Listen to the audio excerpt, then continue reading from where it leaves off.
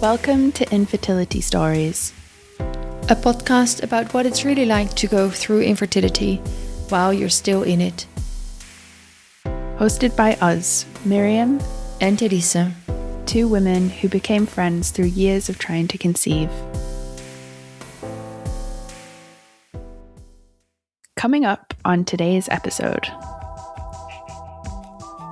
If you're feeling stressed because of the way that you're thinking, and your stress, you're being told, could potentially be preventing you from getting pregnant, then you get into a state of being where you think that your thoughts can impact your ability to get pregnant or not. And then you start getting into some crazy cuckoo land. I had this gut feeling, I think, and a fear about waiting too long and it not happening. And it was not long after I started working with the naturopath that I got pregnant. The first thing that I Googled when I got pregnant was, what is the miscarriage rate for a 4 week, however many weeks pregnant I was at that point. And then I woke up in the morning and I remember being scared to go to the toilet, and I went and just saw blood. But one of the things that I find hardest is feeling like a mother and not having a baby or any external evidence to show of that. I never thought that I would get to a year later and still not be pregnant. I could not cope. In the Reddit forum that I was reading, a lot of women kept saying, silent endo, silent endo. I had silent endo. It's like, what is silent endo? Why do they wash the sperm? And it's because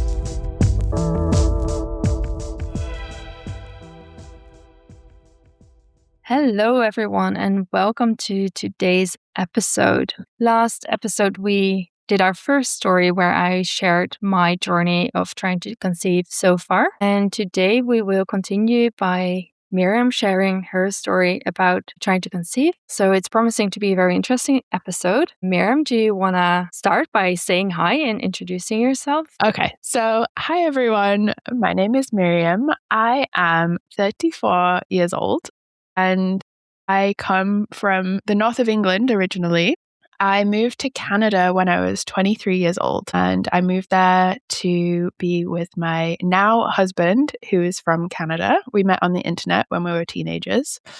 I've lived in Canada for the past 10 years and just recently moved to the US. I live in central New York State now, and we moved here for my husband's job. And for the past 10 years, I've worked in environmental advocacy and fundraising, but moving here, I'm not able to work because of my visa status. So I'm currently on an extended career break. That's what I'm calling it. And yeah, I suppose one thing that I wanted to say just to start with is how much I love kids. I know that sounds like kind of a funny thing to say, but just I was thinking about my story and sharing it, and that was just one of the things that I wanted to say first of all, was like the reason why I'm so kind of obsessed with getting pregnant and having a family is just because I love kids. Like, I love the joy of being around children. I love babies. Yeah, I just love, I suppose, connecting also to my inner child when I'm with children. I love creative hobbies and coming up with activities with kids. And I love just also caring for children too. It sounds kind of crazy to say it, but with my little nephew, he's 4 years old. Nothing brings me more joy than just being able to blow his nose for him, or, take care of him and kind of in the gross way of, changing his nappy or diaper when he was a baby, those kinds of things. I think there's something about the kind of innocence and trustingness of children that I just love so much. It just swells my heart with joy. So anyway, I just wanted to start by saying that because I think that kind of underpins all of it.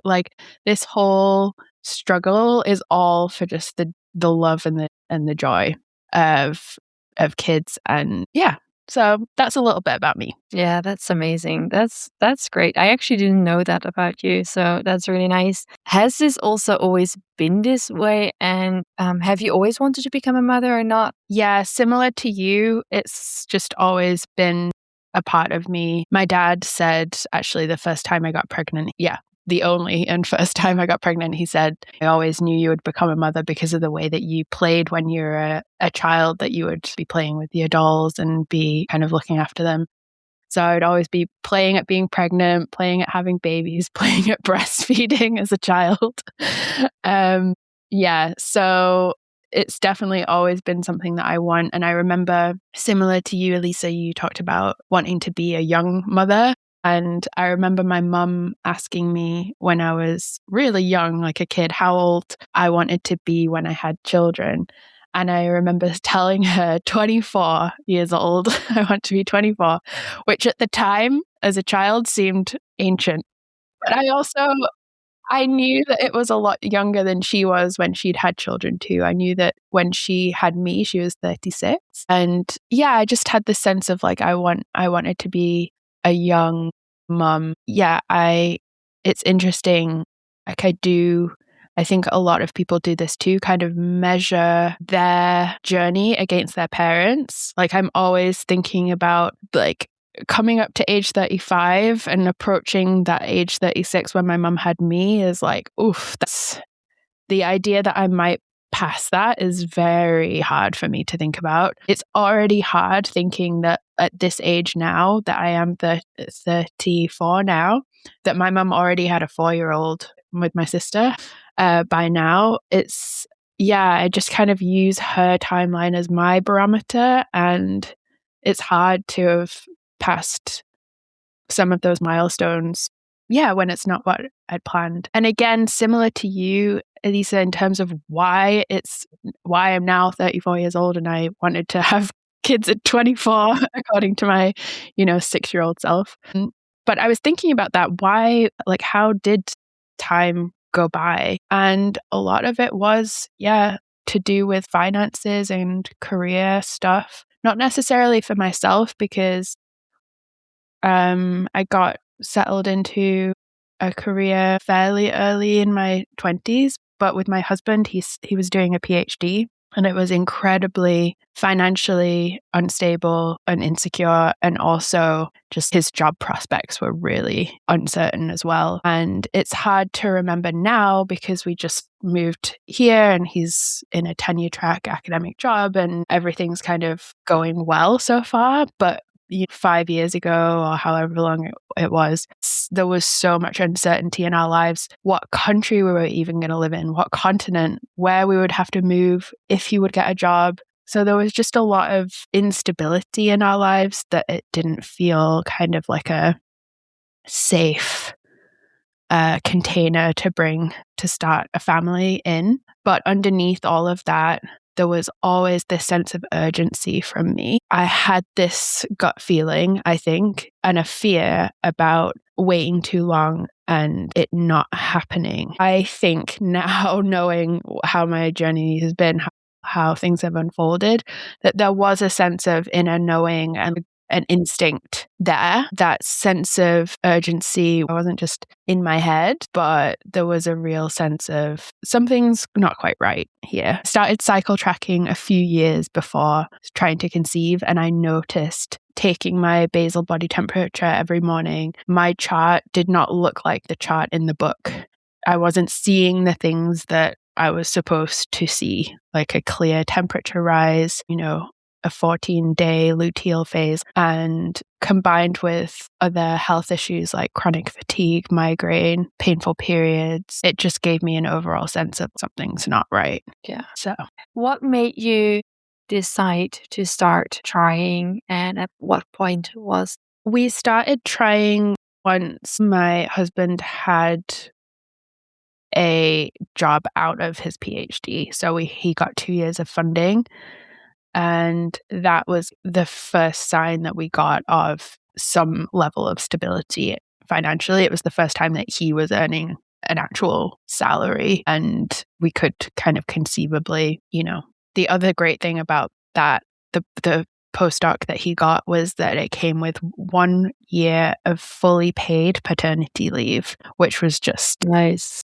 wild. So I was like, this is perfect. The stars are aligning. Everything's working out. This is the perfect time to start trying. One thing looking back that I have kind of tortured myself over is the fact that we actually delayed starting to try because I had a family vacation that I really wanted to be able to go on. And I wanted to make sure that we timed it so that I wasn't, 8 months pregnant on this family trip. And so we delayed starting to try until it was certain that I would be able to go on the trip. And of course, in the kind of year plus that followed of unsuccessful trying to conceive, it was like, why didn't we start sooner? Why did I delay? But in retrospect, even if we had started trying those few months earlier, unlikely that I would have got pregnant given the data that I have so far.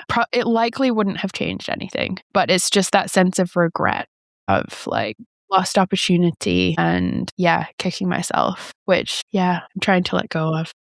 Yeah, in hindsight, it's always so easy to, well, you know more, so it's easier to make choices after you have gained more information, but you only had that specific information at that time. But it is something that I was wondering about, like, do you regret not starting to try earlier, knowing what you know now? Yeah, definitely. And that's been a huge source of pain through this period of the pain of the lost years, the lost time. You can't get it back. It is one of those things of hindsight's 2020. Yeah. And you don't know until you start what your situation is. And the reality is that some people do get pregnant the first time they try. And I was very conscious of that being a possibility because that had happened for numerous people that I know, that they'd kind of thought like, oh, we'll give it, it takes some people a year, so let's start now.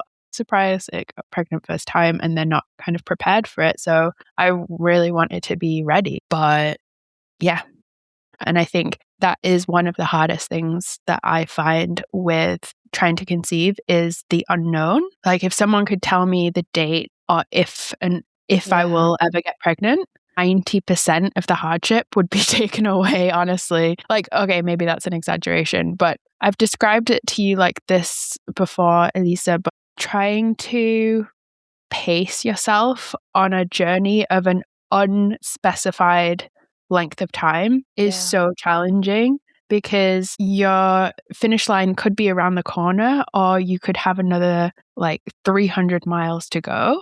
And so in order to mentally survive, you have to create an arbitrary timeline in your mind. You have to pace yourself towards something because you have to pace yourself.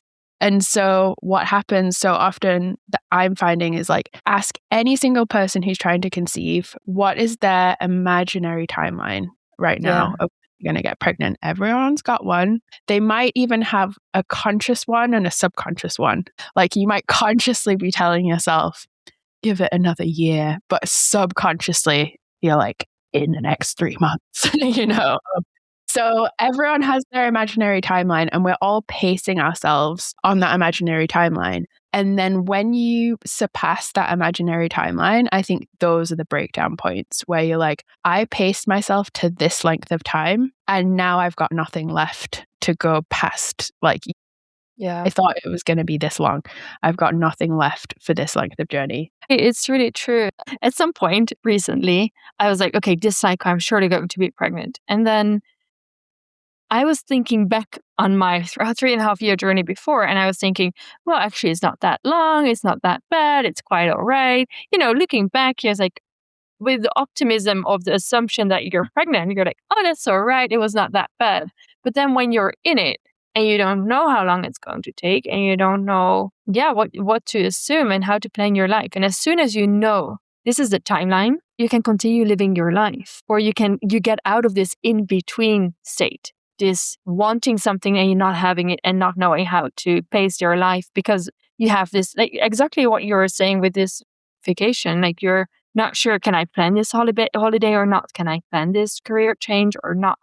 And yeah, if we would know the timeline, it would be so much easier. Or if we could completely let go of it somehow, somebody finds that trick, tell me. Yeah. But yes. Secret. Yeah. Yeah. And that's how, like, from the beginning of trying to conceive, I found it incredibly emotionally challenging. Well, the first time that we, like, had unprotected sex, it felt like this momentous occasion. And the funny thing, again, it's like funny looking back at it too. I tried to be super casual in the beginning of like, we're just like trying, but not really trying, we're just like gonna like see how it goes kind of thing. And as soon as I got my first period after our first cycle trying, it turned into a full military operation of like, no longer am I casual about this. Like, I am cycle tracking. Oh, like we are, having timed intercourse every single day of my fertile window. Like it went very quickly from like casual to like the least casual thing.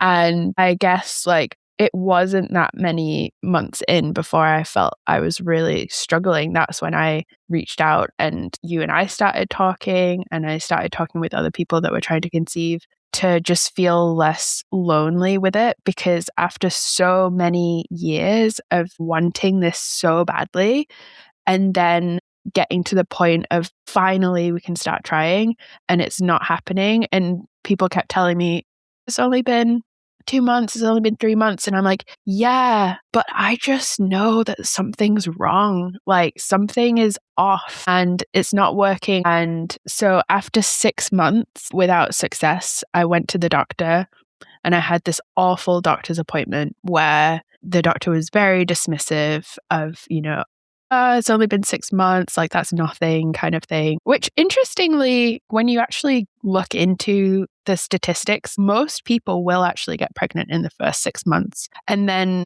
it's a very small percentage between 6 and 12 months that then get pregnant. So the first 6 months are actually really important. And so the fact that you have to, in Canada at least, you have to have been trying for 12 months before you're allowed to be referred for fertility testing.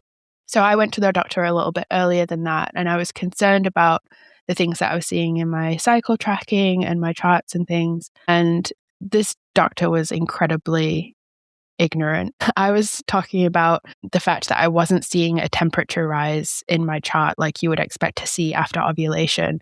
And his response was, well, what if you ovulated in the night? Like, well, I would still see a temperature rise if I ovulated in the night. But he was like, that, he said it like he'd solved the problem. Like, well, you could just have ovulated in the night and then you wouldn't know. Right. Mm-hmm. Like, okay, this guy does not get it. But he did refer me to get an ultrasound and some testing. And at that time I wanted to confirm whether I had PCOS, which I don't. What made you think that you had PCOS? Good question. I don't know. I think I was just cycling through the list of what problems could there be. Common causes for... Yeah, exactly. Like what common issues could I be dealing with? And PCOS was one of them. But the scan did show that I had it was like a 7-centimeter cyst on my right ovary and some fibroids in my uterus. And the doctors all kind of said, oh, it's nothing to worry about. It's benign. Like it's not going to affect your fertility. So the doctor route, not very, insightful, not very supportive. So I tried instead to work with a naturopath who was specialized in fertility.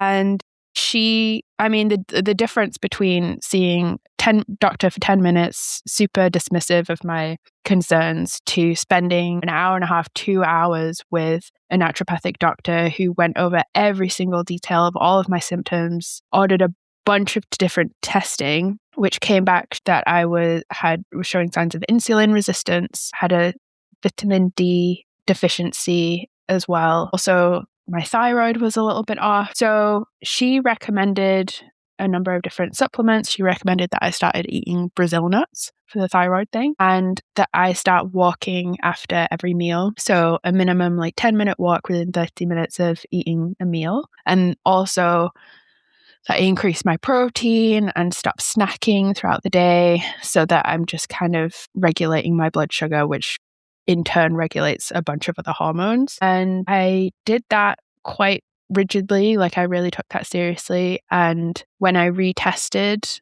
a few months later, all of my results were back in a normal or optimal range. So it really worked. It really helped making those changes. And it was not long after I started working with the naturopath that I got pregnant. And similar to what you described just now, Elisa, of like, once you know the timeline, or once you have a sense of like, if it would happen now, you'd be like, oh, 3 years, that was easy. That was, same thing. Like, I got pregnant and it was like, oh, getting pregnant was so easy. Like, it was only 8 months. Like, that's in the normal range of getting pregnant. Maybe I didn't have any problems at all. Maybe it was all in my head. So you start to gaslight yourself immediately as well? Immediate gaslighting of myself. Yeah. Interesting. Yeah. I also thought maybe these changes that I've made with the naturopath have like worked really, really quickly. Like, I've only been making these changes for a few weeks, but maybe they just had an immediate impact. So that was a few weeks after you started working with naturopath. Yeah, I think I started working with the naturopath in like June, July, and I tested pregnant in August. And I was just like overjoyed by that pregnancy test. Like, it's still to this day, that first week after finding out I was pregnant is the happiest week of my life. I was simultaneously, the first thing that I Googled when I got pregnant was, what is the miscarriage rate for a 4 week, however many weeks pregnant I was at that point. It was the first thing that I worried about. But at the same time, I was so happy. So it was kind of this parallel thing of super anxious about it not working out, and also just pure, never felt joy like it to be pregnant during that week. And I continued tracking my temperature each day of my pregnancy, because I'd been doing that every morning anyway. I remember going to the supermarket and just suddenly like feeling like I needed to throw up. I was like so happy. I was like, oh my gosh, this is the best. Like, someone had to hand me a bag because I was gonna throw up in the supermarket. But I was like, yes, this is like, I'm so happy to be feeling nauseous right now. Like, couldn't have been happier. But then I don't know how long it had been, but the following week, my basal body temperature dropped quite significantly. And I just immediately I was really worried that I was miscarrying, and I was just crying, and I'm really concerned. I started Googling frantically. And finally, I managed to calm down enough after reading someone say, just don't test your basal body temperature during pregnancy. Yeah, it's not a good idea. Not a good idea. It can change. It can go down. It can go up. Like, it just, it's just don't. So I just stopped testing right there and then. And I just stopped worrying about it, because I was like, okay, there's not, until something more significant happens, there's nothing I can do. So another thing that I found happened with the pregnancy was that I immediately, I don't know, so many things changed so quickly. I felt very vulnerable all of a sudden, and I was about to go on a trip to Vancouver. So I lived in Ottawa, in kind of the east side of Canada at that time, and I was about to go on a trip to Vancouver on the complete opposite side of the country in the west. And I was supposed to go and stay with some friends. I was going to take 3 ferries to go to this remote island, and I said to them, I need to cancel this trip. I just don't feel comfortable being pregnant and being so remote and away from everyone. Again, I was really worried about having a miscarriage when I was on this remote island and far away from people. But I did go on the trip, and we were there for my brother-in-law's wedding. And it was a couple of things happened that were like weird signs. On the day of my brother-in-law's wedding, I started spotting a little bit.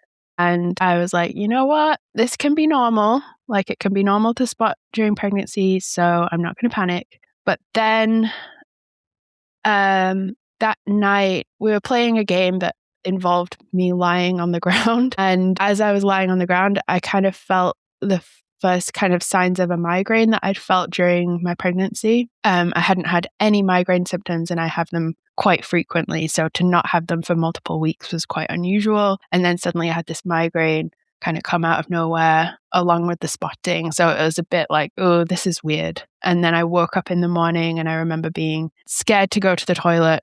And I went and just saw blood, and not just like a little bit, but I knew that it was happening and that I was miscarrying. And I was still at my brother-in-law's wedding, and we were sleeping in the garden of where the wedding was happening. So we were kind of right there. And the only person that knew that I was pregnant was my mother-in-law and my husband. And I had told my brother-in-law who was getting married and his new wife. But I'd wanted to keep it a secret because I wanted to tell people when I was sure. Like, I wanted to wait until 12 weeks or whatever, so that when I told them, it would be like, sure.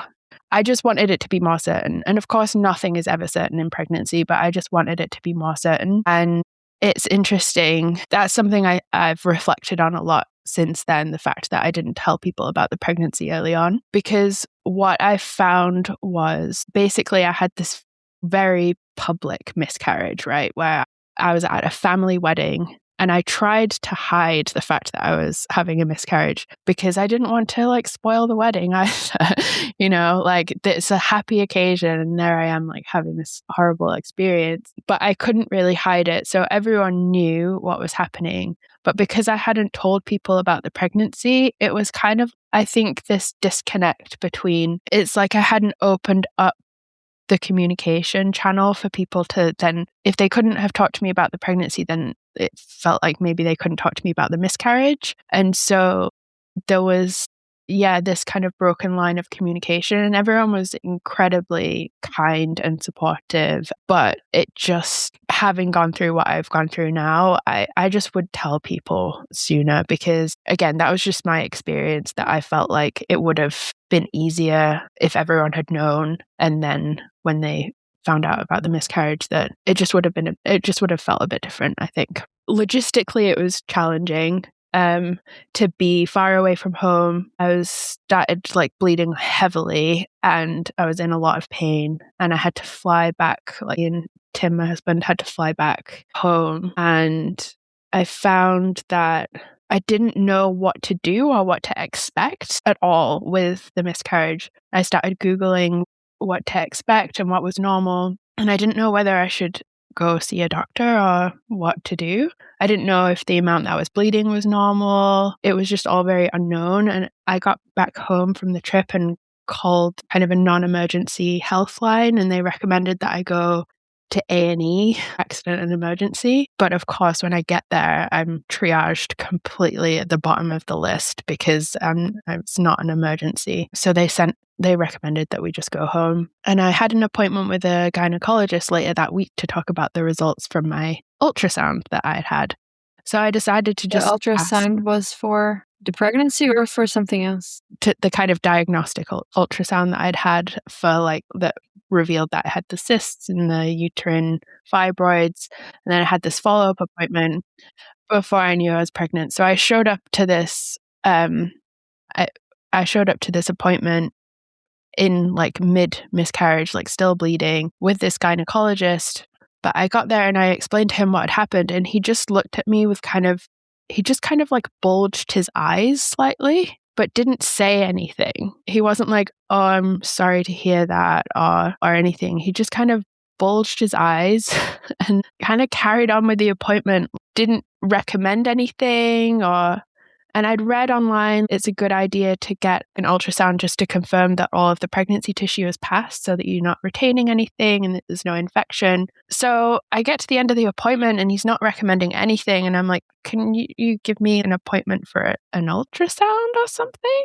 He's like, oh yeah, sure, and gives me this referral. But it was very kind of like nothing had happened, like not worthy of any recognition, follow-up, just nothing. And that's similar to what we were talking about last week, Elisa, right? Like of the experience of miscarriage, other people acting like it was nothing, it didn't happen, there's nothing there, just not worthy of any action or recognition. And yeah, in the end, I showed up for that ultrasound a few weeks later, and I'd gone to the wrong location because I was just still so kind of grief-stricken and not paying attention. And I was so upset at the prospect of going into an ultrasound room and just to look to see how there was nothing there, that I couldn't go through with it. And I didn't go in the end. First of all, the doctor didn't seem to think it was even necessary because they hadn't proposed it. And second of all, I had a really hard time even going through with it. So I just did an at-home pregnancy test that came back negative a few weeks after I'd finished bleeding. And that was how I kind of confirmed that it was over. I took a week off work, and I remember just feeling like it was the most profound grief that I had experienced. I've been very lucky in my life to not have experienced grief like that until now. And I just remember feeling so empty, like there was this huge void had opened up of just, there was just nothingness there. Just, this big empty hole where the whole life had been that was going to happen, and then just nothing. And I remember sitting on this park bench, just feeling so empty, and also just little dogs in the park coming up to me and just I was like, I need an animal in my life. I was doing everything I could for this life that was growing inside of me, and then it was just gone. And I just felt so empty, like I didn't have anything to nurture. Yeah. So you are in this space where you go from this extreme happiness and this feeling like, well, it was not that bad. Look at what my life is going to be like. I'm going to be a mother. You feel that you are changing in the way you do things, the choices that you make. You feel this nurturing. And then you go to this complete emptiness where there's just this hollow space inside of you. How did you talk about this with Tim? Did you talk about it with other people? How did you feel like you received support? What was it that you were looking for at this time? How was that for you in relationship also to other people and receiving support, maybe? It felt very supported through the process. I talked about it with Tim. He was there through the whole thing, and he was incredibly supportive. I had talked about the pregnancy with my mom and sister and mother-in-law, and they were all incredibly supportive through the grieving process. And I just told everyone. I told everyone I was close with, I told them about what had happened, and people showed up in different ways, like calling me, or had one friend sent me flowers, just like really beautiful ways that people showed up. And I'd also been really practicing feeling my emotions for a number of years prior to this experience. So I didn't necessarily run away from what I was feeling. I tried to just really let myself feel it. But at the same time, alongside the grief, there were also things that I longed for, and longing for this need to nurture something was also a feeling that I responded to. So then you realized you were sitting in this park bench and you realized that you want something to nurture for, and then you started to dog sit. Yeah, so I started dog sitting, and it was a way of kind of coping with the grief. My life just felt so quiet after the miscarriage, like just so empty and quiet. And I just wanted there to be life and excitement. And so I would look after these dogs, and they would just bring some energy and life into my life. But I found that the periods when I didn't have a dog with me were really hard. Pretty quickly, I became obsessed with getting a dog, adopting a dog. You just need something to fill your empty arms. And like I said, the way when we adopted our dog, Teddy, the way he just followed us to the car and got in the car, and we just drove away. Just there's something about that just breaks my heart a little bit, of how trusting that these animals are, and how they'll just trust in following people and needing you. And so I just kind of needed to be needed, I suppose. Like I needed that. And so Teddy's been a really important part of grieving and coping with trying to conceive. So just to have a little bit of the timeline, it took you about 8 months to get pregnant. Then you got pregnant and lost your baby, or you miscarried, and then you took 3 months before trying to conceive again. Did I understand that correctly? Yeah. So When sorry, go ahead. you had the miscarriage, did you specifically decide I'm going to take 3 months, or was it more like as you went, you decided how much time you would like to have?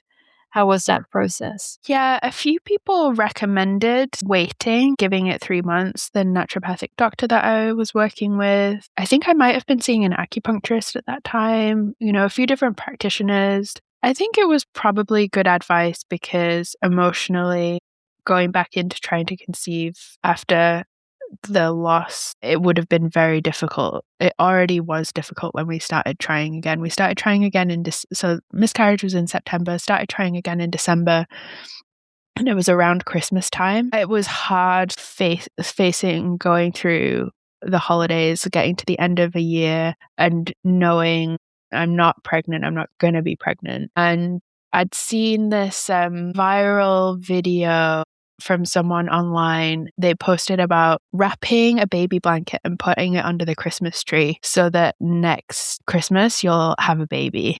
And this person had done this and by a miracle had after multiple years of trying to conceive and failed IVF cycles, they got pregnant naturally in March after putting the blanket under the tree at Christmas time, and then by Christmas they had their baby. And so that Christmas I put my blanket under the tree and I was really like, come on, like 2025, let it be my year, And I was really hoping for that Christmas baby, that I would get pregnant in a few months. And I just found as the months went by without getting pregnant again, as each month passed, it was like rubbing salt into the wound of the loss over and over and over again. And I just fell into a deeper and deeper depression as the months went by. It just got harder and harder. It was particularly one of the kind of peak hard times was Mother's Day 2025.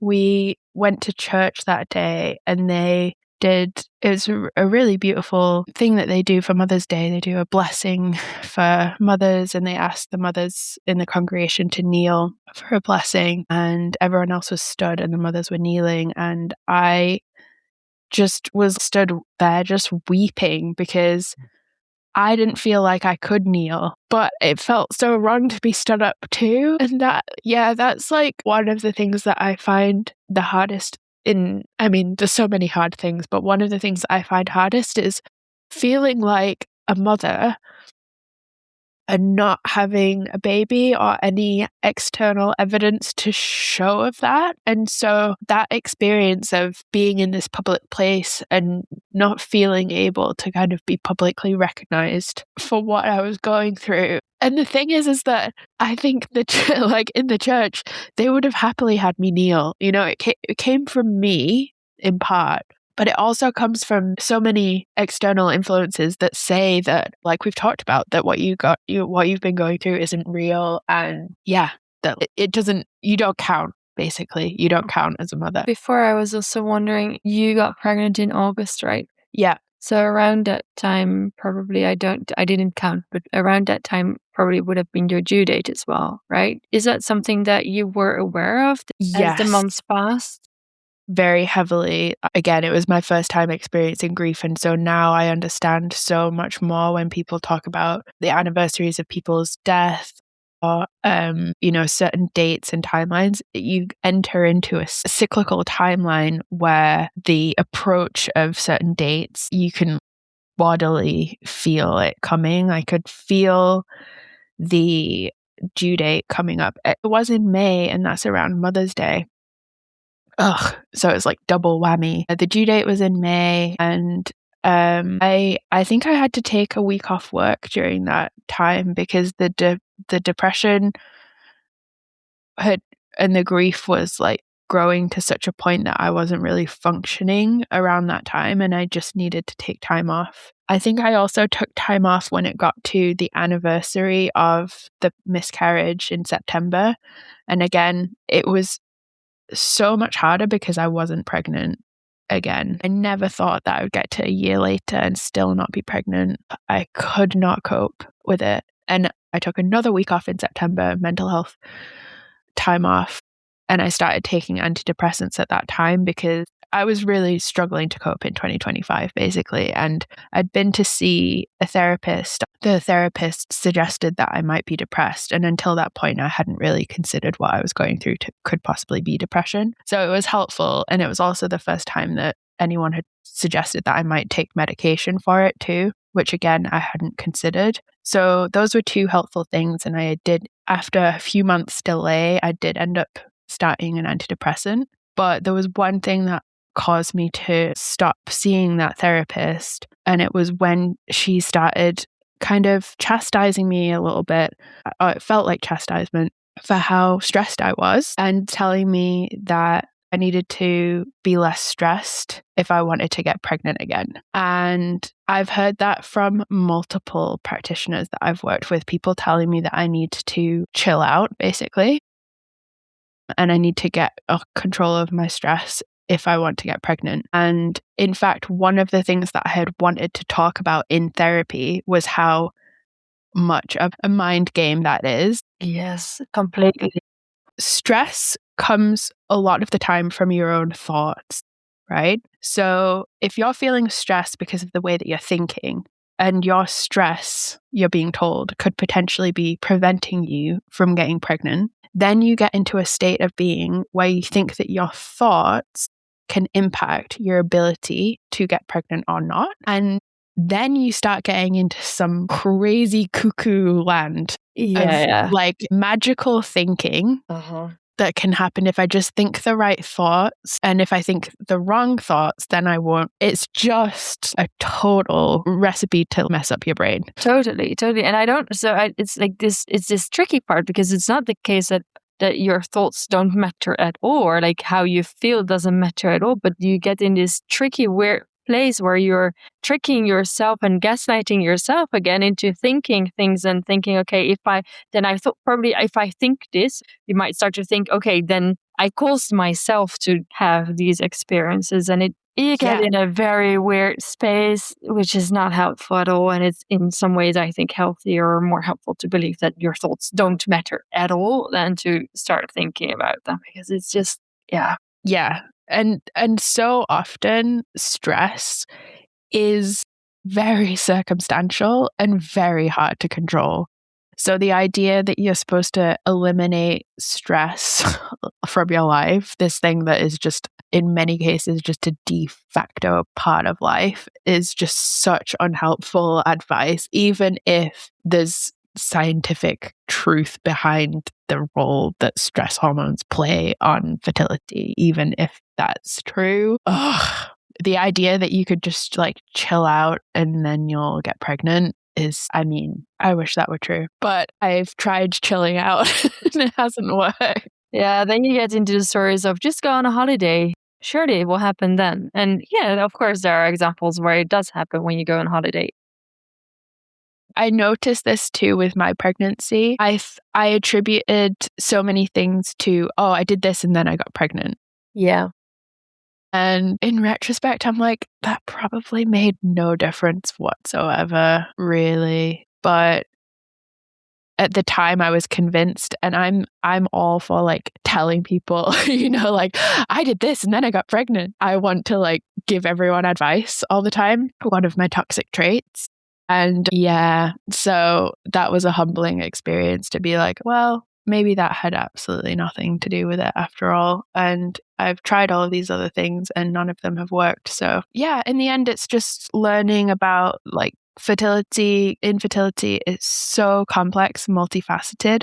And I've tried my hardest to get my head around it and solve the problem. But it's been a really humbling experience to kind of go through this and realize that not all problems have this straightforward solution. And the other thing that was happening in 2025 was that we we'd reached that 12-month mark of we've been trying to conceive for 12 months, so we could get the referral to a fertility clinic and get real testing done as to are there any issues with either Tim or myself that are preventing us from getting pregnant. And we did all of those tests and went to the appointment with the fertility doctor to get the results back. And going to that appointment, I was thinking on the way, what would I want? What would my best outcome be for this appointment? What would I want them to say? And I thought, I just want them to say, there's no problems, like everything's good. That was what I wanted to hear. And so we got there, and in my mind, that's what I heard. She was like, the results all came back normal. And she said, so this is what we would term unexplained infertility. And I kind of heard those words, unexplained infertility, and kind of blocked them out in my mind. And what I heard in that appointment was that there's no reason that we can't get pregnant. Like there's no reason we can't. Everything looks normal, right? That was how I kind of digested it. And I came out from that appointment being like, great news. Everything looks great. And it's through thinking about it further and processing it and learning more about what those fertility tests are actually testing for. What I realized what I'd actually been told was that we don't know why you can't get pregnant. And it was once I realized that I started researching unexplained infertility more. And what I read was that 50% of women with unexplained infertility have endometriosis. And in the Reddit forum that I was reading, a lot of women kept saying, silent endo. I had silent endo. It's like, what is silent endo? Because what I'd heard of endometriosis, and I'll just quickly explain what endometriosis is in case anyone's not familiar, but it is a condition where cells similar to those found in the uterine lining grow outside of the uterine lining in other parts of the body, and they will bleed during menstruation, and the body will respond to that bleeding with inflammation and will develop scar tissue. And the inflammation in the scar tissue can contribute to infertility. And one of the things that frustrates me the most about endometriosis is it's considered a benign condition because it's not life-threatening. You'll survive with endometriosis, but it causes a wide range of different symptoms that can be extremely debilitating, and it also causes infertility. So it's definitely one of those conditions that's worthy to be taken a lot more seriously than it is by the medical community and deserving of a lot more research and treatment options. But as it is, it currently takes 7-10 years on average between the onset of symptoms to getting a diagnosis for endometriosis. And all of this to say, one of the things that I thought about endometriosis was that it caused excruciating, debilitating pain, which is true. It can cause that, but it can also be completely symptomless. And the level of disease severity is not correlated to the amount of pain that you experience. So you can have extremely debilitating pain with minimal disease severity, and you can have extremely severe endometriosis with no symptoms whatsoever. And so when I realized that and I started researching endometriosis and learning more about it, I realized that I actually ticked the boxes for most of the risk factors for endometriosis. And I actually do have fairly debilitatingly painful periods, but I had just, again, kind of minimized that due to how kind of normalized period pain is. And so, when I realized that there was likely something like endometriosis preventing me from getting pregnant, I decided immediately to try and get some support with trying to conceive. And I immediately did a round of IUI, so intrauterine insemination. So you started trying to conceive at the end of 2023, beginning of 2024, I think. And then you got pregnant in the summer of 2024. You had a miscarriage, then you continued trying at the end of 2024, beginning of 2025. And now we are towards the end of 2025. Yeah, so we got the unexplained infertility diagnosis in July of 2025, anniversary of the miscarriage in September, started taking antidepressants that month, and then it was in October, so the next month, that we started the first IUI. We were told that the IUI had a 15% chance of success, which is really low. Yeah, right? I wanted to ask, did that feel high or low at that time? You already had some 85 testing, of course. Let me tell you, Elisa, there's a procedure I'm going to do for you. 85% chance it's not going to work. I did not feel super hopeful. However, again, it's a bit of a game of statistics. I asked the doctor, what do you think our current chances of conceiving naturally are each cycle? And she said between 5 to 10%. Yeah, exactly. So doing IUI and getting 15% could theoretically, at best, triple our chances of conceiving. So it felt worth it.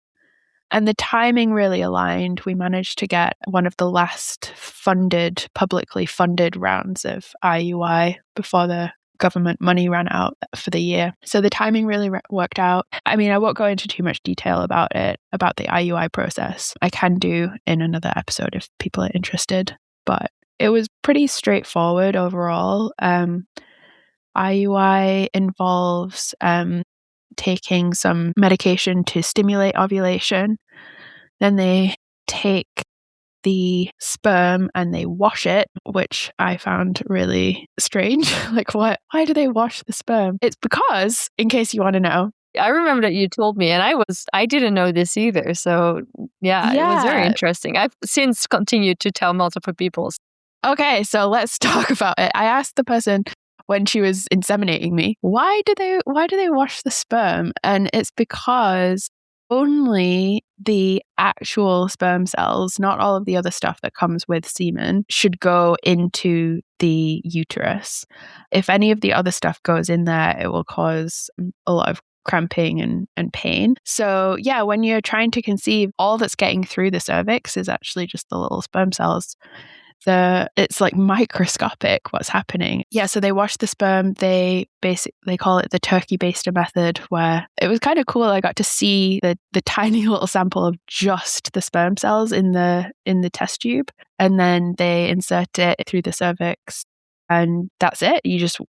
Then you take some progesterone every day and you wait to see if you get pregnant. And yeah, both times it didn't work. We did it twice back to back. And then we moved country, and moving countries just took so much time and energy and attention that I haven't been super focused since then on the trying to conceive process. You know, I'm not pursuing another IUI, for example, but I have been pursuing a diagnosis for endometriosis and potential surgery for endometriosis as well. So a few weeks ago, I met with a surgeon, and they are a specialist in laparoscopic surgery for endometriosis. And it's important with endometriosis to get excision surgery. A lot of people get ablation surgery, which can be likened to kind of, pulling up weeds.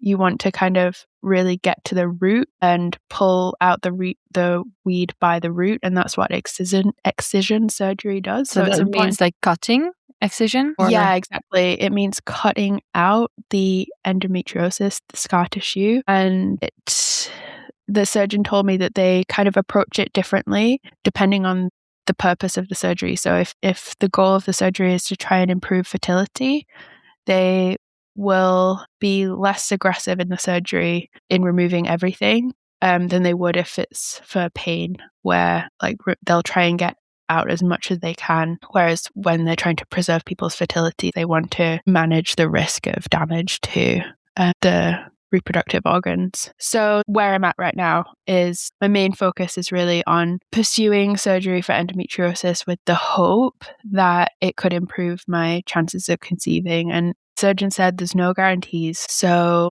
for some people it really helps, and for some people it doesn't seem to make that much of a difference. I Googled what are the rates of pregnancy after endometriosis excision surgery, and Google came back with 45 to 75%. So just a small range of difference. It could be, could be the majority of people don't get pregnant or the majority of people do get pregnant, depending on what results you're looking at. But I don't know if you find this too, Elisa, but one thing that I find with statistics now, when you've been in that minority statistic of most people get pregnant within the first year of trying, and you've been that, 10% or whatever that doesn't, then you read about statistics of like, well, most people get pregnant after endometriosis excision surgery. It's like, well, I might not be in that percentage. We'll see. One thing I'm really trying to cultivate right now is just faithfulness and hopefulness of things working out. And I will say too, I have noticed a difference in terms of how happy and content I am in my everyday life does make a difference to how challenging the process of trying to conceive is. So right now I'm in a phase of contentment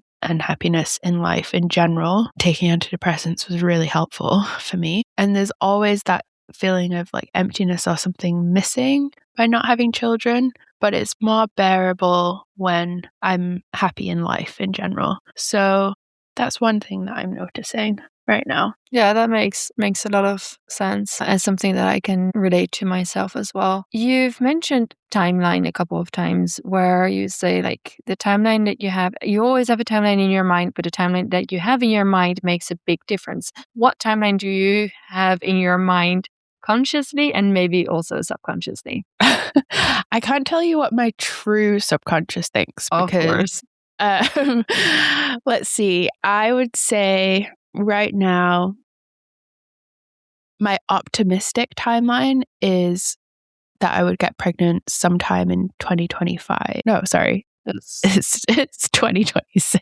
That's going to be tricky. Yeah. Talk about magical thinking. Next level. Yeah. I could go into the past. Yeah. My optimistic thought is that it would happen sometime by the end of this year. That's my dream timeline right now, 2026. One date that was really hard for me was I had a friend's wedding in November of 2025, and this wedding had been planned, I want to say, for about 3 years prior to the wedding date. And so at multiple points in time, I had thought, oh, I'm trying to get pregnant at the beginning of 2024. I might have a 1-year-old child by the time that wedding comes around. When I got pregnant, I was obviously calculating the age of my baby for that wedding. And then for the whole of 2025, I just kept thinking, at the very least, let me be pregnant for this wedding. Don't let me get to November 2025, this date that's been in the calendar for 3 years of me thinking that I would either have a child or a baby. At least let me be pregnant, please.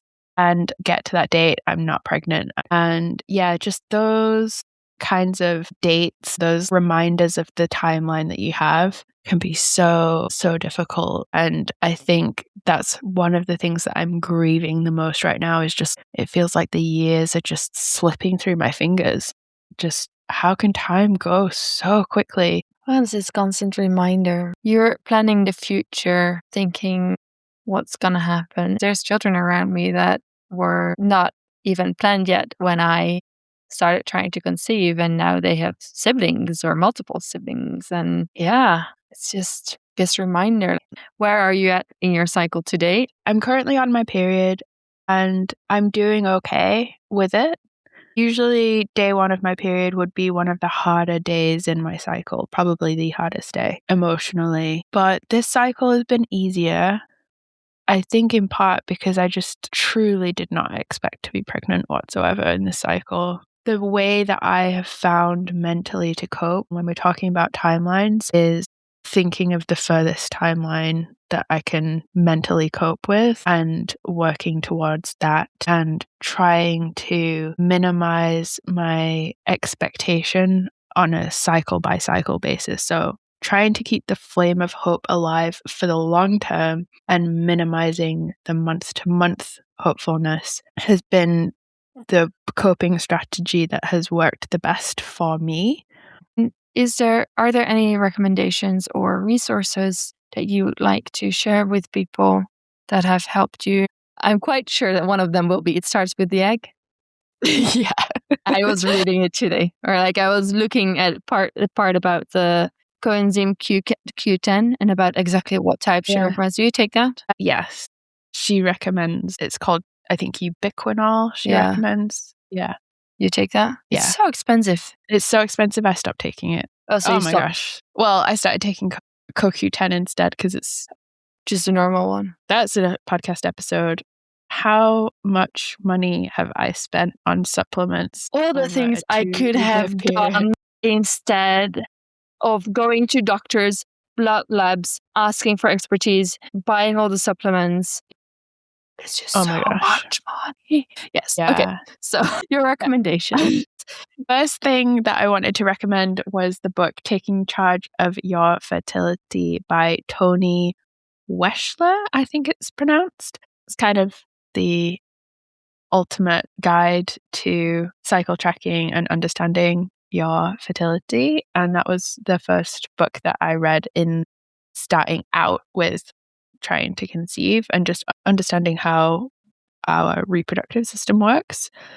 I guess I should also mention Period Power by Maisie Hill, because that was a foundational book for me in understanding my cycle and starting to cycle track as well. So I'd be remiss not to mention it. And then It Starts with the Egg by Rebecca Fett. This is a book that I annoyingly recommend to people when I give them unsolicited advice about trying to conceive, which again, like I said, sometimes can't help myself, even though, I haven't been successful yet. But I really like this book because I find it very easy to read. I find the advice in it I personally didn't find it overwhelming. And the other resource I wanted to mention was Nancy's Nook Endometriosis Education Facebook group. It's a Facebook group with resources that can help you find endometriosis specialists and surgeons in your area, as well as other relevant research. I'm currently reading the book Heal Endo by Katie Edmonds, and so far finding that to be a good resource for just understanding what endometriosis is and the multiple different treatment options available for managing it. So yeah, those are my resources. Thank you. I'm sure this can be of great help. Thank you so much for sharing your story today. Thank you, everybody who's listening as well. And we'll see you again in 2 weeks with a new episode. Yeah, thank you so much for listening, everyone. Bye-bye. See you soon. Bye.